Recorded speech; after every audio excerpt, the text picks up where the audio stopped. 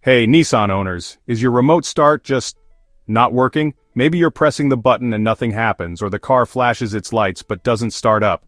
You're not alone. Nissan's official TSB NTB14-012G covers this exact issue, and it applies to a ton of Nissan models. Altima, Maxima, Rogue, Pathfinder, Murano, and over 60 more from the past decade. Let's break down what's really going on with these remote start failures, so you know what to look for and what to ask your dealer. First, remote start systems are sensitive to a bunch of conditions. If your Nissan's remote engine start suddenly stops working, maybe after a cold snap, or the range just isn't what it used to be, it's probably not a recall, so don't expect a letter in your mailbox. This is a Technical Service Bulletin, or TSB, which means Nissan's told their dealers how to fix it, but you'll usually need to ask for help, especially if you're out of warranty. A TSB isn't a recall. It's more like a set of instructions for mechanics to follow when a common problem pops up.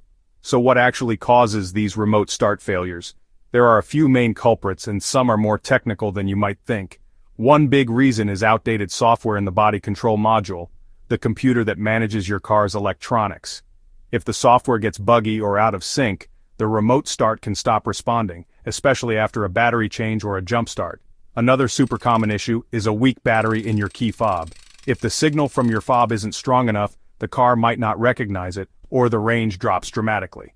Many users online report their remote start working again instantly after swapping in a fresh battery.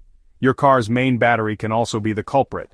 In cold weather, batteries lose power, and if the voltage drops too low, the car's security system might block the remote start to protect itself. Some owners notice the problem only on freezing mornings. Sometimes there's a miscommunication between your intelligent key and the car's security system. This can happen if the key fob is damaged, the car's antenna is blocked, or after electrical work like a battery replacement. The car might think the key isn't present even if you're standing right next to it. Dealers usually fix these issues by reprogramming the body control module or the intelligent key, which resets the communication between your fob and the car's computer. Sometimes they'll replace a weak battery in the key fob, or even the car's main battery if it's not holding a charge. Most of the time it's a quick software flash, no major parts needed.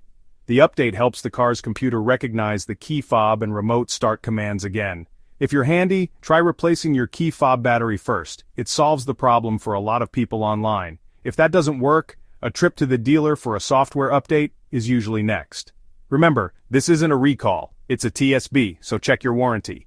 If you're out of warranty, you might have to pay for the fix, but it's usually a quick job. If this helped, hit like, subscribe, and drop your Nissan model and year in the comments. Let's help each other out. Share your experience if you've had remote start issues and what fixed it for you. Thanks for watching and good luck with your remote start.